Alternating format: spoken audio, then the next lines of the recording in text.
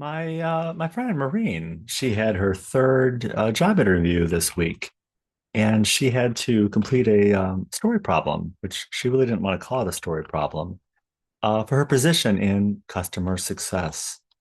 She had to analyze how to get new high-paying customers, upsell existing customers, and dump legacy customers they no longer were making money on.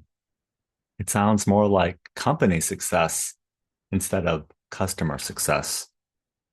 Entropy is a term in thermodynamics. If you're always exacting something from a system instead of actually putting something back into it, eventually the whole system collapses. This is true personally for corporations and for nations, as well as in thermodynamics. In esoteric terms, it's similar to the concept of Loosh. It can work for both good and bad. God is trying to breathe on us today. Avail yourself of those opportunities before prices go up or they determine you're no longer profitable. Welcome. Welcome to Coffee Hour. I'm Stanley Smith. At Coffee Hour, we talk about everything and nothing. Recently, we talked with sitting with a joy or concern, experiencing helplessness and seeing what you can do, following your instinct to reach out to others, and how we all can experience nervous system deregulation.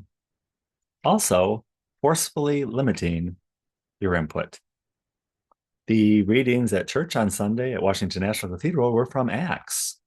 Signs and wonders are done through us. And from Peter, it's all just for a short while. The gospel reading was from John. Blessed are those who believe. The sermon at Washington National Cathedral was by Leonard Hamlin. Mr. Hamlin said it's hard to be animated by hope when you're immobilized by fear. Hope is not the absence of fear and danger, it's letting the stone be rolled away so you can walk through the door. Are we locking the door to keep the world out and locking the door to keep our own intellectual curiosity at bay? Maybe we're afraid about how the world will react to us seeing things differently. We need to move from containment to commitment. Words are good, action is better, and deeds are divine. Being committed disciples in a world of competing narratives. Often we're better worriers than we are witnesses. What kind of crowd are we in today? A bunch of worriers or witnesses? Truth is information embodied in the news. It shapes reality. Is it the good news or is it the news from the Associated Press? We just assume we're following the right news and everyone else is wrong. Are we being misled? And who is seeing the good news in all of it? God's work is to know the truth, and our work is to embody the good news for others. At St. James Cathedral, the sermon was by Stephen Balke. Actually, yeah, Stephen Balke. Stephen said that fear can be very powerful, even when we're proclaiming and celebrating for joy. We're in one moment and the next, both at the same time. Jesus told us it would happen this way. We can be paralyzed by fear and go through the door anyway. None of us want to die for the cause, but Christ gives us a sign of hope. In the 1950s, civil defense videos shared how to survive a nuclear holocaust, suggesting crawling under your desk and holding papers over your head. Few people believed it would actually help, but the act of holding on to the piece of paper over your head provided hope that something would protect you. We want to believe, and holding on to something is sometimes all we need to do. With hope, we have a sense of control that we can move forward and survive. In our time, we have plenty to be afraid of. What are we holding on to? The stock market, Democrat leadership, popular culture, or Netflix? What is keeping us keeping on today? Nobody wants to be remembered for their greatest sin. George Washington for chopping down the cherry tree, the US for dropping the atomic bomb on Japan, Bill Clinton for Monica Lewinsky, or Christ for the crucifixion. Holly Golightly said that limelight is the worst kind of light for a girl's complexion.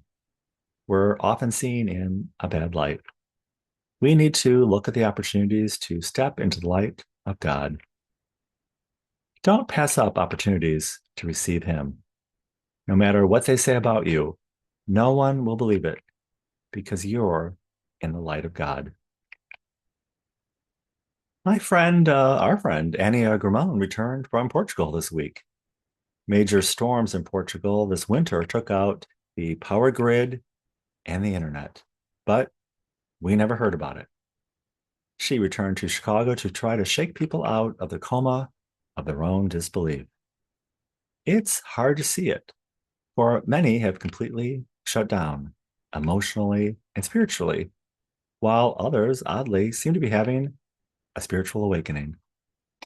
We have our fight or flight response and our rest and digest response. In a normal pattern, we have both going on. But when the system is deregulated, we can be stuck in the fight and flight mode. But what about getting stuck in the rest and digest response?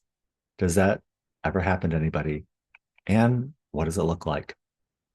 Parasympathetic activation is where healing, recovery, and peace reside. Entropy is the concept that with nothing coming into the system, it will continue to decline. God is trying to come into the system by breathing on you today. Go ahead and let Him in.